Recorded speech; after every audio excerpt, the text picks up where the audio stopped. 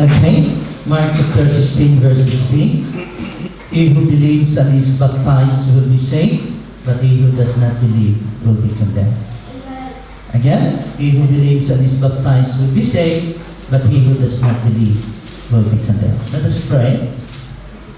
Lord, we thank you once again for the life that you have given us. We thank you for the salvation through your Son, Jesus. And we thank you for all the days of our lives, O God, as we celebrated this week and this Sunday of resurrection, O God. We pray that we will also rise up and live in the newness of life. And we claim, O Lord God, that your word will not be in vain today, but it will continually transform our lives. May you also listen to our prayers as we listen to your word.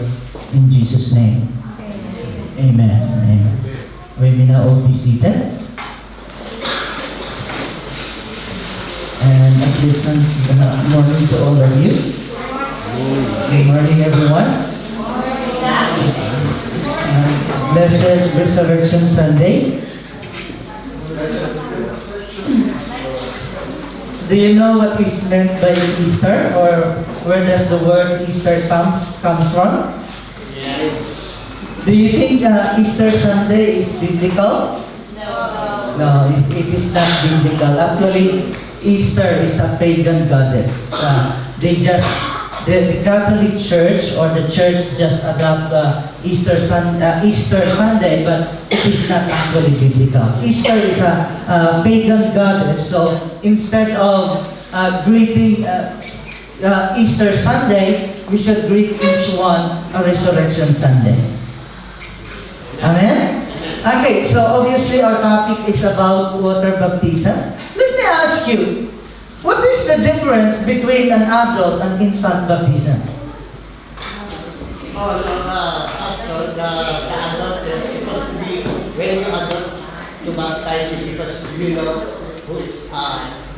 Okay, my question is, what is the difference between an infant and adult baptism? Because the infant don't know. The infant is? Doesn't know about it. Okay? No knowledge yet. No knowledge. Okay, it makes sense. Okay, because if a person wanted to be baptized, he should have the willingness to undergo the baptism. Amen. Okay, so why do we need to be baptized in water? Any idea?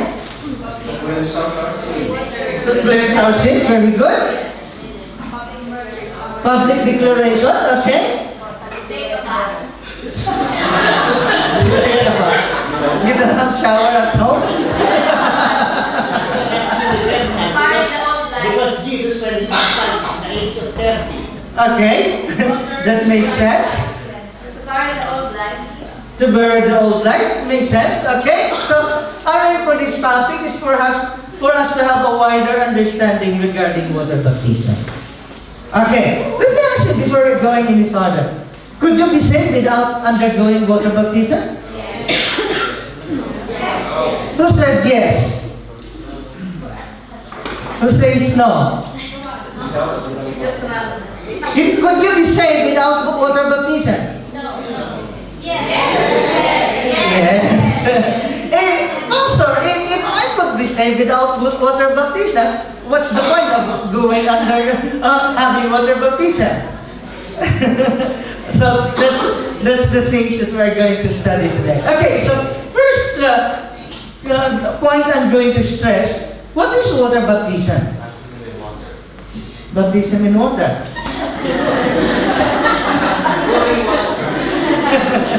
Any idea? I just remember the post in Facebook. It's regarding the names of the child undergoing baptism, and then what's the name of the? First name is Cell phone. That's the first name. The name of the child was cell phone, and then the priest asked, "Why cell phone?" Because the wife's name was Maricel or Celia, and then the husband's name was Ponciano, so cell phone. And then the second one, what about yours? What's the name of the husband and the wife, or the mom or the dad? The wife was Charlie, and then the husband was Roger. So what's the name of the child? Charger. Galing na nila. Okay, so water baptism is a public declaration of your faith and repentance. That's why repent. You can repent without water baptism, but if you undergo water baptism, you declare your faith and that to show to the public that you repent. It's the dove also, Pastor, because when Noah said, because when they send the dove to find that's the leaf. That's what the dove is there also. Actually, the point of the flood is to cleanse the world from iniquities, and it is so with baptism. We undergo, or we submerge ourselves in water. Okay, another meaning of water baptism is the cleansing of sin by dipping or submerging in water. It is not biblical, although they say it is okay to pour out water on the head, especially on the child, but the meaning itself of baptism is submerged or immersion. Amen? So, to wash, to make clean with water, or to wash oneself, or bath.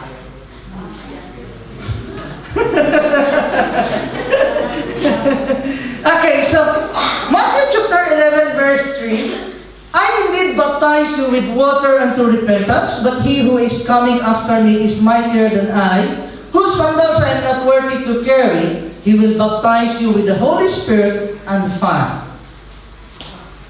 Does it make sense? John was talking that I indeed baptize you with water unto repentance. Okay, so I'll explain that later. Another meaning of water baptism, or what is water baptism, is a major sign of your response to the gospel. Are you following me?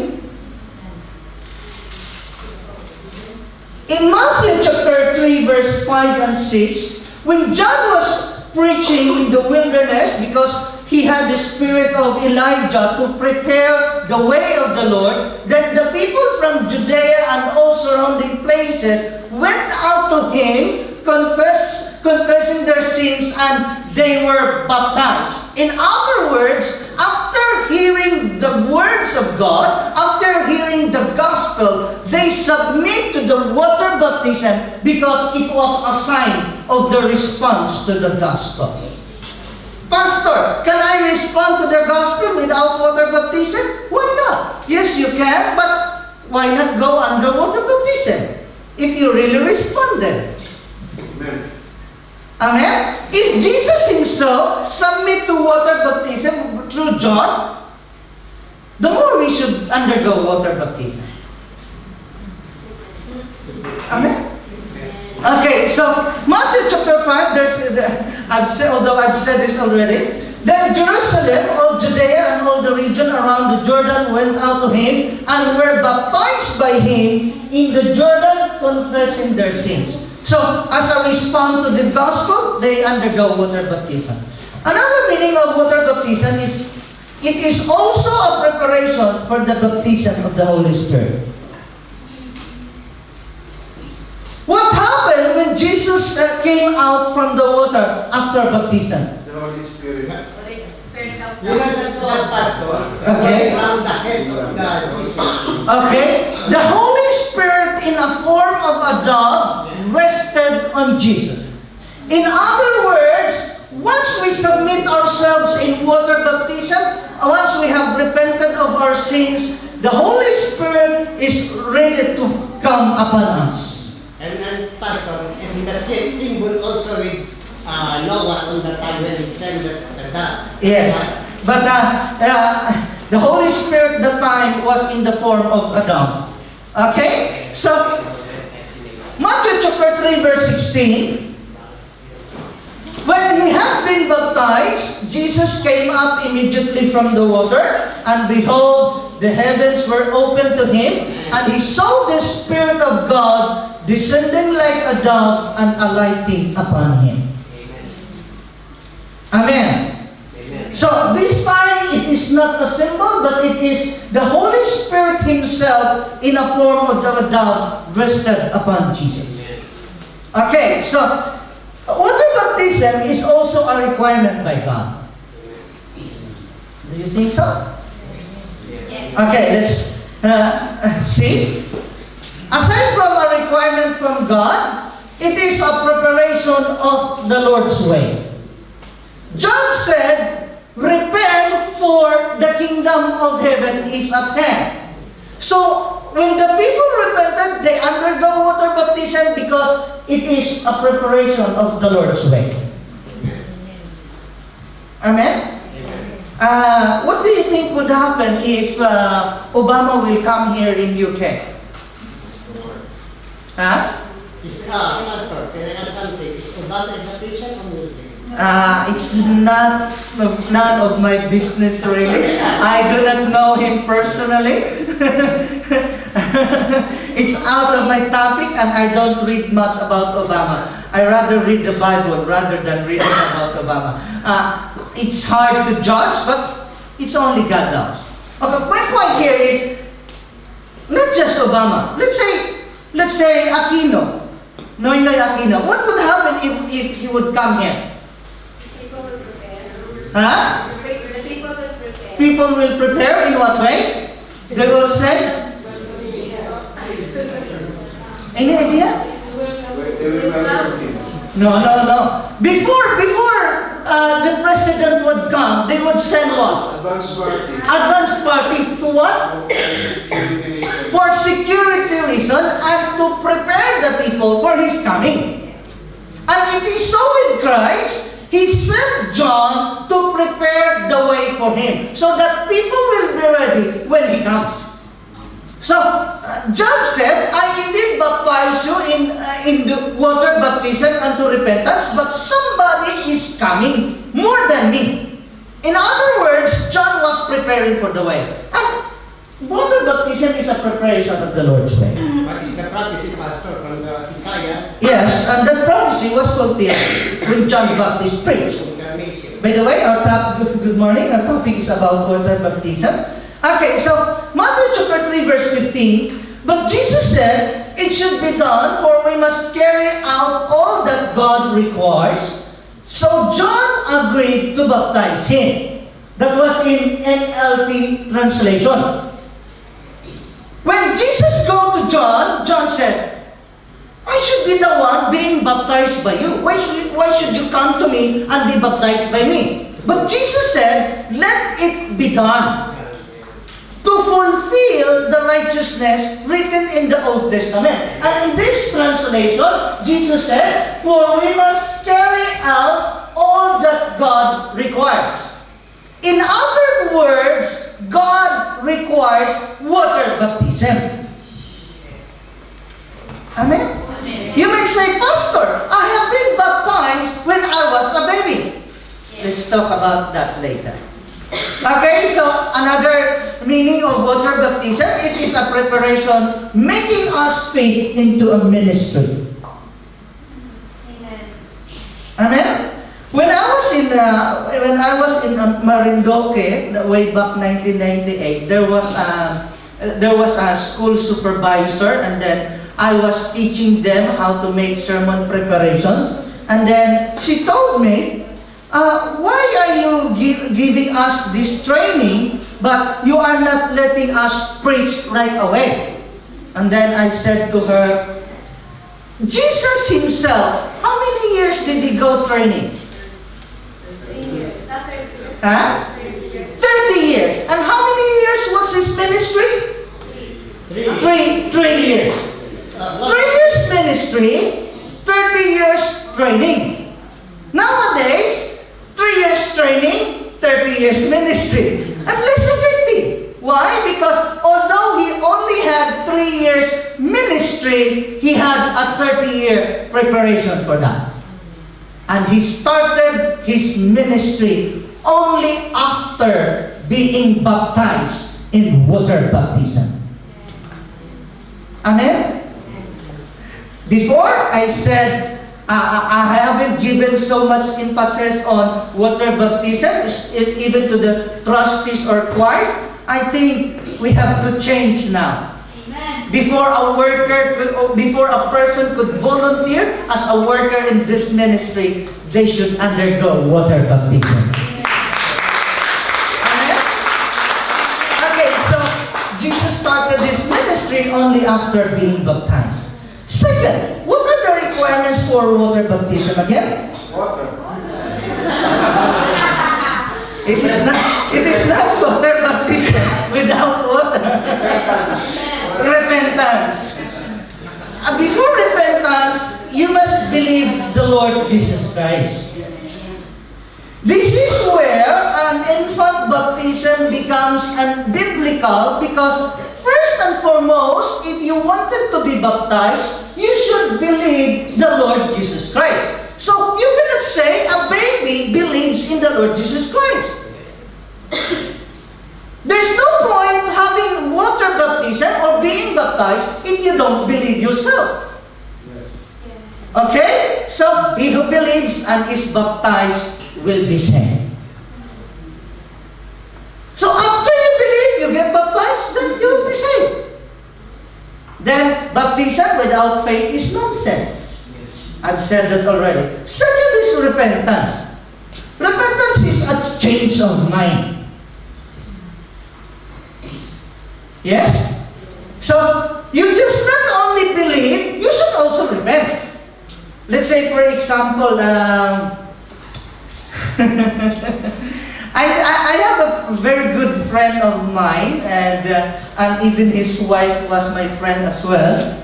But the wife said they ended up having a divorce really, because the wife said, my friend, the husband, wanted to stay with the family, but he's not willing to give up the mistress. He's just like trying to sing, sana dalawa ang puso ko. He wished he had two hearts for them to love the two of them at the same time. So the wife told me, how could I forgive him if he cannot let go of his mistress?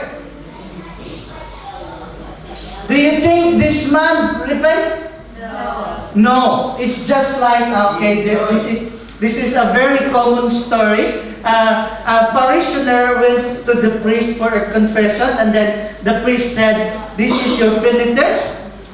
Pray 5 Our Fathers and 5 Hail Mary and Holy Mary. And then the parishioner said, can you make it 10? Why 10? Because I'm still going and you do it again. So that is not repentance. Repentance is a change of mind or a 180-degree turn. This is our way to sin. This is our way to perdition. Once you repented, you have a 180-degree turn, and your way is now going to Jesus. Are you with me? Okay, so Matthew chapter 3 verse 11, and baptize with water those who repent of their sins and turn to God. New creation. The meaning is new creation. Yes, when somebody is in Christ, he undergoes water baptism, then he is a new creation. In New King James translation, I indeed baptize you with water unto repentance. But the NLT translation is much clearer. I baptize with water those who repent of their sins. In other words, if you don't repent, there's no point going baptism. Amen? And if you don't go water baptism because you haven't repented, that means you're not responding to the gospel. And Jesus said, repent, kingdom is near. Yes. Because we have a mentality, the main point there, we have a mentality that we can experience heaven after we die. Do you agree with me? Yeah. But heaven is on earth. Heaven is not a place after we die. That's why he said, repent, for the kingdom of heaven is at hand. It is not a place after we die. Here on earth and right at this very moment, heaven is at hand. Amen? It's just a way of a twist of our mind. A change of our mentality.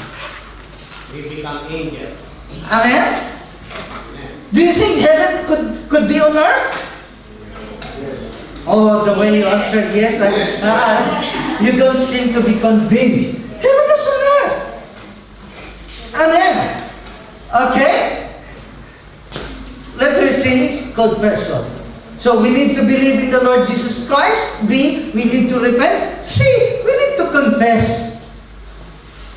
Confession is the act of admitting that you yourselves need a Savior, that you yourselves have committed a sin.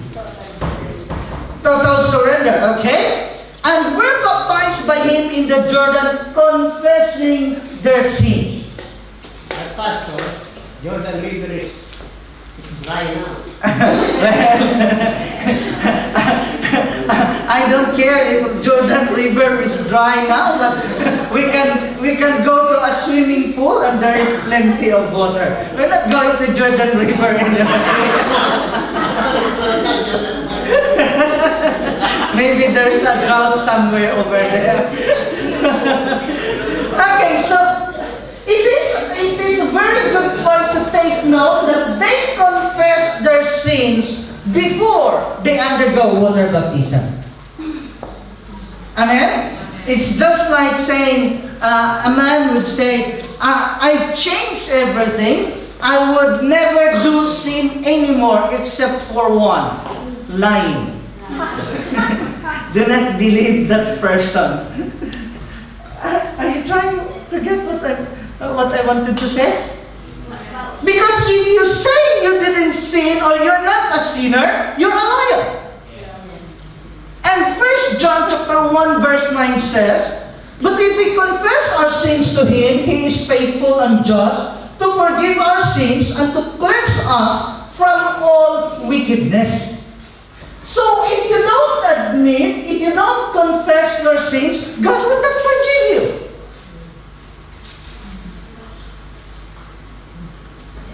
I have this feeling of I'm so irritated. I become so mad when my children doesn't admit if they lie to me about something. I find it hard to forgive them because they did not admit anyway.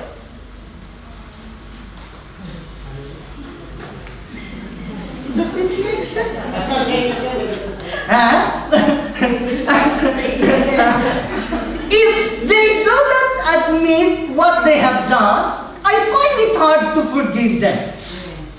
I rather take the consequences, no matter how expensive as the damage has been done, as long as they admit or they confess that they have done it. Amen? And it is so with God, and that is why in 1 John chapter 1 verse 9, He requires us to confess our sins, then He will forgive us. Okay, another illustration. Pastor, what kind of confession? What kind of confession? You can confess your sins straight away to God. Because Jesus said, who is He? And then the Bible said, who is He, Lord, to accept Him? Me, I'm the one talking with you. In 9:35, John. Okay. In confession, you can confess your sins straight to God. Yes. And you can confess your sins to one another. Pastor, do I have to confess to the priest? Yes. The priest is a bridge builder. It doesn't necessarily mean the Catholic priest. The Catholic priest is a bridge builder, but sorry to say, But Pastor, can I say something? Because the idol before on the time of Moses and the idol now is a different. okay, I'm not going further into that. But what my point if I say a priest? Am I a priest? Yes. Pastor, it's the same. Pastor and priest. Okay. As I'm explaining, priest means bridge builder. Or angels. Huh? Bridge or angels. Okay? That's why in the Old Testament, you cannot offer something to God straight away. You have to go through the priest because priest means bridge builder. Because I have been saved, I have a relationship with God, I can connect a bridge between God and those who have no relationship with Him. That's why Jesus said, follow the Moses rule. Okay? So, just an illustration. That Hammersmith Bridge connects that side of the river and this side of the river because of the bridge. And it is so, if this is God, this is the priest, and one here who has no relationship, the priest's function is to connect that man to God. And Jesus Himself is our high priest, and if you believe in the Lord Jesus, you are restored to God the Father, and you yourself is a priest. That's why James chapter 5 verse 14 up to 16 says, confess your sins to one another. Amen. Amen? Amen. Okay, another illustration why we need to confess our sins. If you don't confess your sins, especially to one another, you're still hiding it. And you know what's the point of hiding it? Huh? May hadang? Okay, as Sister Flor said, why is it in El Shaddai or in El Shaddai, we don't, actually it is my attitude that I am not hiding anything. I wanted you to know who am I because I am not hypocrite. I am not pretending to be holy. I am not pretending to be free from sin. Because this is the culture, this is the attitude where I grow in El Shaddai. In El Shaddai, pastors are proud. They say, oh, I used to be ABS-CBN. Alam niyo ABS-CBN? Alam, babae, sigarilyo, kung ano-ano, kabaret, kung ano-ano pa. They have all these vices. Women, drugs, alcohol, whatsoever, gambling. Okay, I would like to. There was a pastor who has been how do I say it? In one service of or in one of the services, he was featured, and guess what? This pastor, this preacher, was influenced by the devil. He wasn't possessed by the devil, he was influenced. He was trying to shake himself as if the devil was in him. And guess what? It has been found out the reason why. It's quite personal, but what he said was very important. I rather have myself featured in that video. I don't care as long as I am free now. Are you with me? If you don't confess your sins, one reason for that is you still wanted to do it. Simple as that. Huh? Gusto mo ulitin. Nag-i-enjoy. But if you confess your sins, let's say for example, if I had a mistress and then I am hiding it from you, I wanted to carry on with it. But if I confess it to you, I don't want to be involved on that sin anymore. Does it make sense? Yes? Okay, so that was confession. The third day is renunciation. What is renunciation? The act or instance of renouncing. What is renouncing? Renunciation. Renouncing is to give up a title, for example, especially by formal announcement. Okay, another meaning is to reject or disown. I cannot remember the exact year. I think that was year 1991. When we have a service back home, we have a prayer meeting. During the healing and deliverance, one man was influenced by the devil again. He was holding this, the Catholic Church bench, long bench. He was holding it with his one hand. He might be possessed because he wasn't saved that time, but my point here was, during the service, no offense, he had this hereditary case in which they have a case like that, and then during the service, he made a confession, although influenced by the devil. He said, because the one whom he was related with was a married wife. And then the woman was there as well. And guess what he said in the prayer meeting? You know what? From now on, no offense, can I say the word? Say it, Pastor. He said, from now on, I cannot fuck you anymore. Why? Because the wife is a wife of a man. The husband is still alive and he is having a relationship to that woman. So from that day, he heard God's word and he said, no, I cannot do it anymore. Amen. And that is renunciation.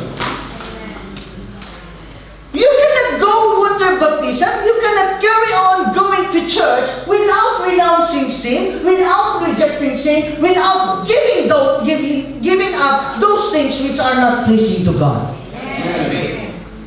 Amen? And what are we have to renounce? Sin. If a relationship is not pleasing to God, you have to give it up. No offense. What's the point of preaching God's word and I will tolerate you for a relationship that is not pleasing to God? You have to give it up. You have a choice. Which one do you choose? A relationship with that person or a relationship to God? If that person stands before you in your relationship with God, that person becomes your idol. Good example. God is holy. Okay, God is holy. Okay, a very good example is Isaac and Abraham. God said, Abraham, offer your son to me. If Abraham failed to give up his son Isaac to God, Isaac was his idol. Amen? When Abraham offered Isaac to God, he gave up his relationship to Isaac, he gave up his relationship to Sarah because his main priority is his relationship to God. Amen? And I am sad to hear when born-again Christians or by faith, they are born again by doctrine, they're born again, but they still get relationships not pleasing to God. They call them Christian, but it's not. Okay? I'm not talking to anybody, no offense. Just a point of illustration. No matter how worse is your problem, no matter how many years you've been separated from your wife, from your husband, as long as your wife or husband still breathes, still exists, only death and nullify your marriage from that person. Amen? And if you get involved to somebody, you're living together as a partner or whatsoever you call it whatever you like, it is still not pleasing to God. You have to give it up. Pastor, in Revelation, Jesus said, they called him Jew, but they are not Jew. Revelation, you see. Okay, so after giving up sin, we have to give up relationship. You have to give up a habit. If that habit is not pleasing to God, you have to give it up. Another is tradition. How do you understand the word tradition? Kaugalian, it makes sense. Kultura, makes sense. Practice, kaugalian, kultura. Tradition are teachings carried on from generation to generation by mouth. It is not written, but it has been handed from generation to generation by mouth. So, if your practices are just based on tradition, you have to give it up. Hello? And that's the reason why we call ourselves full gospel, because every teaching that we are based, every teaching that we are carrying out through the ministry are coming from the Bible. We do not get our teaching from the tradition.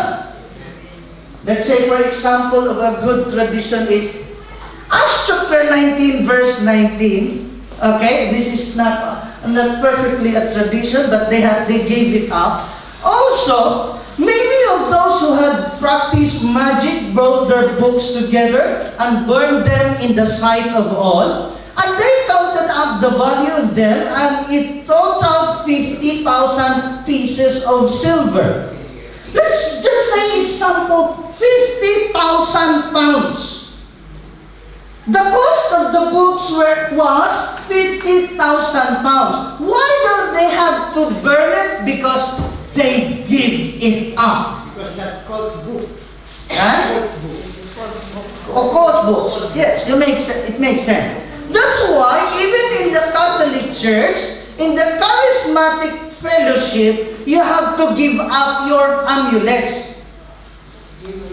Anting-anting. Why? Because if you have anting-anting, if you have amulets, you are just relying on them. And remember this, any power that is not from God is from the enemy, from the devil. Amen? Why should you believe in anting-anting if you believe in the power of God?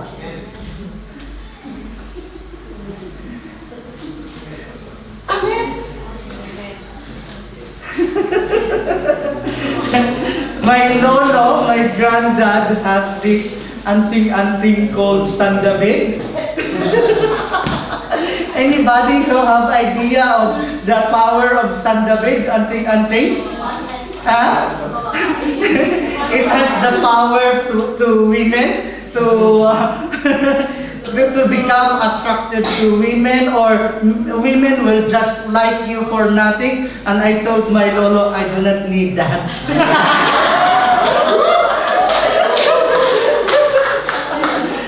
My point here is, if you believe on these amulets, if you believe on this anting-anting, it's just like saying you have the power apart from God. And any power that is not from God is from the devil. Okay, another example. Albularyo, quack doctors. They're not from God. John chapter 8 verse 47, anybody who do not hear God's word does not come from God. You cannot separate healing from God's word. Amen? I hope it makes sense now. Okay, another example. 1 Corinthians chapter 10 verse 20. Rather than the things which the Gentiles sacrifice, they sacrifice to demons and not to God. And I do not want you to have fellowship with demons.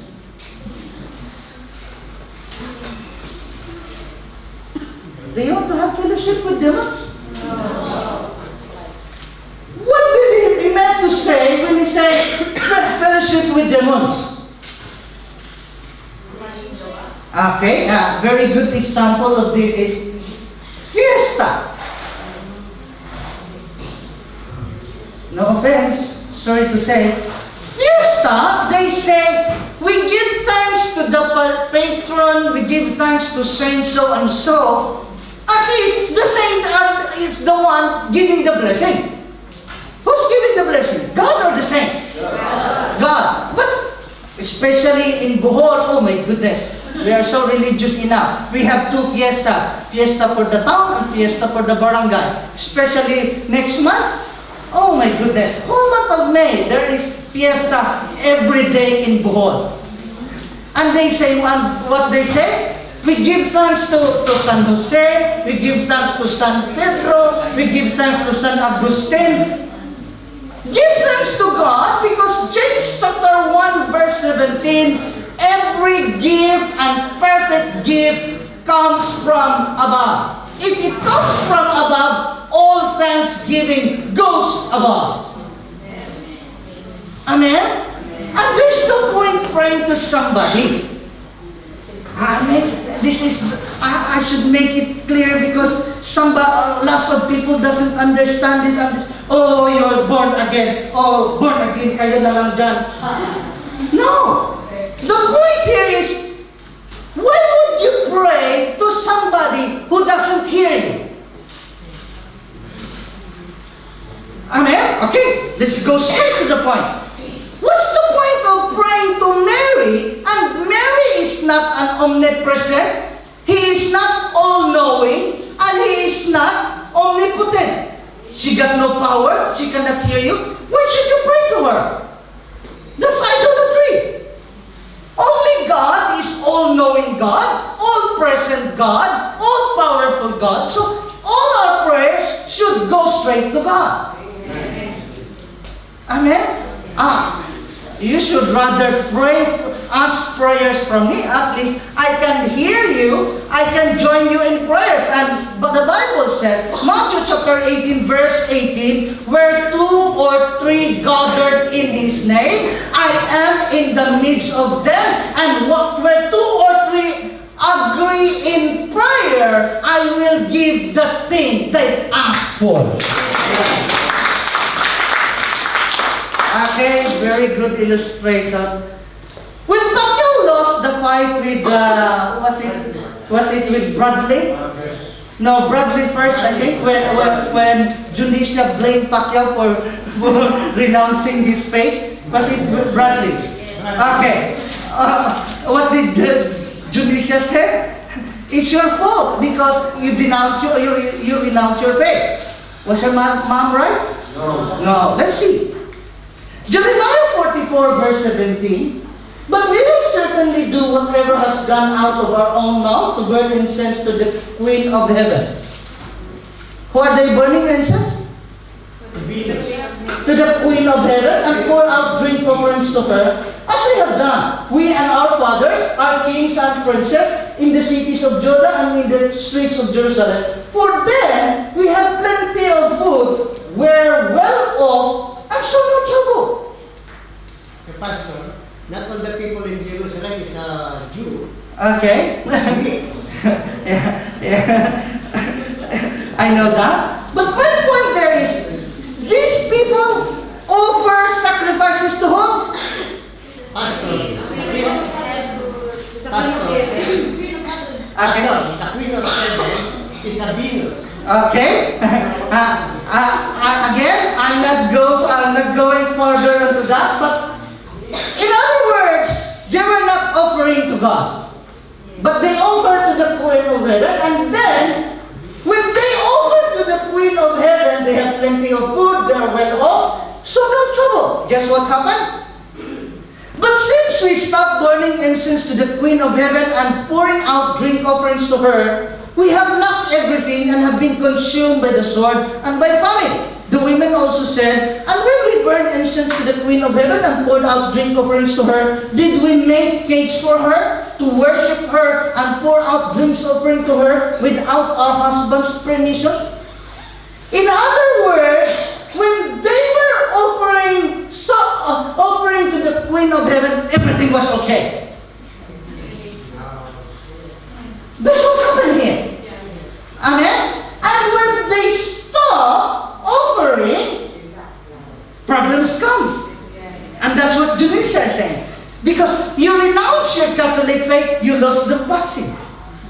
You lost the fight. And pastor, if there's no problem offering to the Queen of Heaven, should you continue offer to the Queen of Heaven? No. You should not. Because God is testing you that even if problems arises, if you stop offering to those saints, to those Queen of Heaven, God is pleased with you even if you suffer. Does it make sense? I am just pointing out that this is tradition. If your tradition, if your practices is not biblical, give it up. What's important? Tradition or your relationship to God? Relationship to God. But we have so many traditions we're not willing to give up. Amen? No offense. Okay? Denunciation. We have renunciation, we have denunciation. What's the difference? Renouncing is to give it up. Denouncing is what? To take it back? To condemn openly as being evil or reprehensible. Or to give formal announcement of the ending of a treaty. In other words, in renouncing, you have given up the desires of the flesh, the lust of the flesh. In denouncing, you end up the treaty. If it is a relationship, you should say, from now on, we should stop our relationship. That's it. Finish. And that is denunciation. You cannot go on with what you used to do if you really love God. Amen? I just remember a child. This child is he doesn't like taking shower. He doesn't love changing his clothes. And then the teacher called the mother of the child. And then the teacher told the mom, you know what? Your son stinks in school. And the mother was mad at the teacher. You know, mom, I sent my son to the school to learn not to be sniffed off. Hindi daw para amoy-amoyin yung anak niya. Who told you to sniff off my son? Okay, so can we be baptized with the Holy Spirit without undergoing water baptism? Yes. If you believe, repent, confess your sins, renounce your sin, anything that is not pleasing to God, and denounce them, then you can still be baptized with the Holy Spirit. Acts chapter 10, verse 44, while Peter was still speaking these words, the Holy Spirit fell upon all those who heard the word. They were just listening to the gospel and the Holy Spirit fell upon them. And that is baptism of the Holy Spirit. Okay, another. Acts chapter 8, verse 16. For as yet they had fallen upon none of them, they had only been baptized in the name of the Lord Jesus. Then they laid hands on them, and they received the Holy Spirit. By just laying of the hands, they received the Holy Spirit, and that is baptism of the Holy Spirit. Okay? And when Simon saw that through the laying of the apostles' hands, the Holy Spirit was given, he offered them money. In other words, they didn't go on water baptism. They were still baptized as long as they meet the requirements for baptism. Okay? Expected results of water baptism. I'm running out of time. First, baptism of the Holy Spirit. Because you prepared the way of the Lord, because you repented of your sins, give them up, you could be baptized with the Holy Spirit. Spirit. And that's why when Jesus rose up from the water, he received the Holy Spirit. Another, breakthrough from sin. You understand breakthrough? Huh? Freedom, or you break through. Let's say, actually, breakthrough is a term in battle. If this is the enemy, if this is the defense of the enemy, you break through it, then it is a breakthrough. You overcome. The long struggle you have has come to an end. And that is breakthrough. Amen? Okay? Different perspective to sin. You would no longer love sin because it hurts the Lord Jesus Christ. And guess what? You will hate what you used to love and hate what you used to hate. You hate what you used to love and love what you used to hate. If you used to hate going to church service 2 hours, I'd rather go to the Catholics, it's just 1 hour. Now, if you love the Lord, if you receive the Holy Spirit, you love what you used to hate.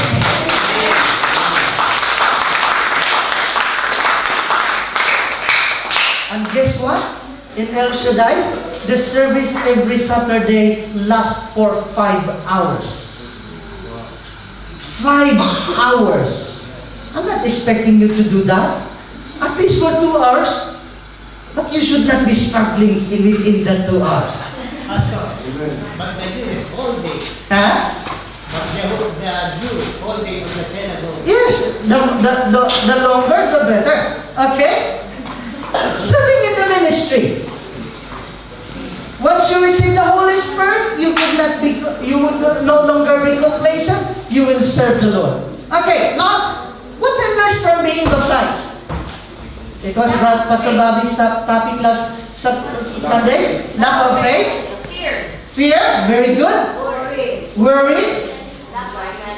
Lack of knowledge. Very good. Okay? First, ignorance or lack of knowledge, lack of understanding.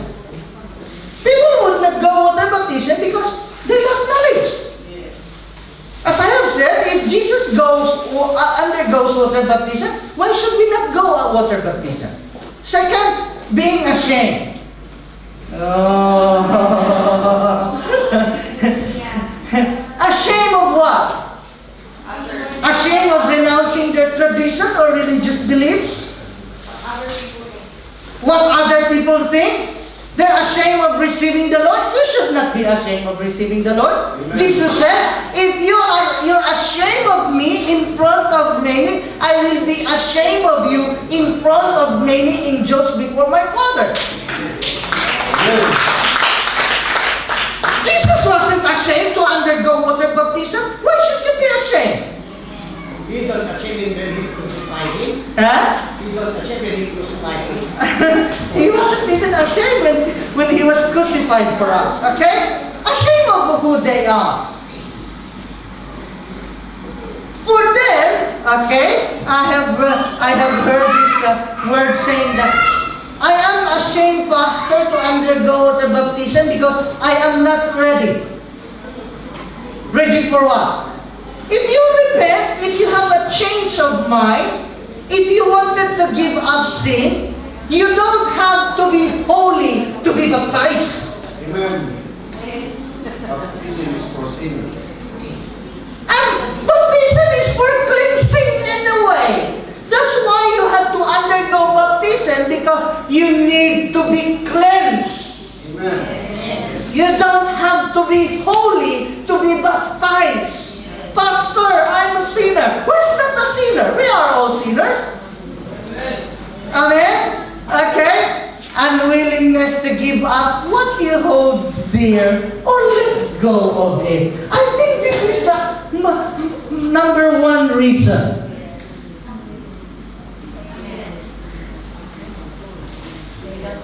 Admit it.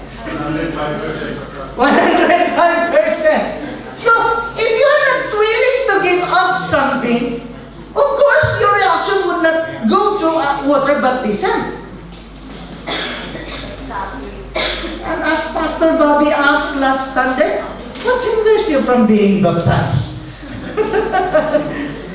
Fear of failure to bear fruit of repentance. Again, Matthew chapter 3 verse 11 in New King James translation, John said, I baptize you unto repentance. Although in NLT translation, it says, I baptize those who repented from their sins. But it could also be, once you're baptized, you will have a breakthrough. Amen. Amen. Some people could not have breakthrough because they're not being baptized. Okay, a very good testimony. Can I exceed few minutes? Amen. Okay, very good testimony. As I have told you, I used to be a binge drinker. When we started drinking in the morning, we finished late night, and we started drinking in the afternoon, we finish in the morning. And I go to school drunk almost every day. If I'm not drunk, my classmates would be wondering, what's happening to him? Is he okay? He's not drunk today. I'm always drunk going to school, and that's my life. At the age of 19, I used to have headache if I failed to drink. I don't have appetite. I feel so lazy. My body is so weak. I was chronic alcoholic that time. But I struggled for that. I wanted to give up drinking. Pastor, why are you drinking now? It's none of your business. Wala personal. At least I am drinking nowadays for occasions. I am not drinking every day, every week, every birthday party. It's for occasion. But what I'm trying to say is, when I had the breakthrough, I really decided from now on, I will stop drinking. And I was free from drinking. Do you think I'm not free from drinking alcohol these days? I am. I am not slave to wine. I drink when I wanted to. It's not because I cannot escape. I cannot avoid wine. Does it make sense? Do you see the difference between a slave of vices and free from anything? But Pastor, lahat ng mga nangyayang sa daigdig ay pinatubo ng Diyos. Okay, it makes sense. What my point here is, a breakthrough is you do one thing because you wanted it. It is not because you do things because you are a slave of it. For socialization. Huh? For socialization. For socialization only. But it depends on how often. If it becomes habitual, it becomes more often, that's another story. And especially, the point there is, you should not be controlled by wine. You should be the one controlling the wine, not the wine controlling you. Okay? So, fear of persecution. You could get persecuted, especially if you grow up Catholic and you get water baptism in born again. They will say so many things against you. But what is more important is we become closer to God. Amen? Fear of the unknown. I don't know. Why don't you want to be baptized? I don't know. Or maybe you cannot just make up your mind. Why don't you want to go water baptism? I don't know. When? I don't know. Why? I don't know. Puro ka na lang, I don't know. Para silang always. Challenge! Do you now understand what is water baptism? Yes? What hinders you from being baptized? Is it something that you are not willing to give up? Is it because of your personal beliefs? Is it because of your tradition? It is because of your religious practices? If Jesus submits water baptism, what hinders you from going through water baptism? Conclusion, Mark chapter 16, verse 16. He who believes and is baptized will be saved, but he who does not believe will be condemned. You will not get condemned for not being baptized through water, but if you go water baptism after your faith, you will be saved. Amen? Have you made up your mind? If you don't have clothes later, you can have water baptism by someone. Okay,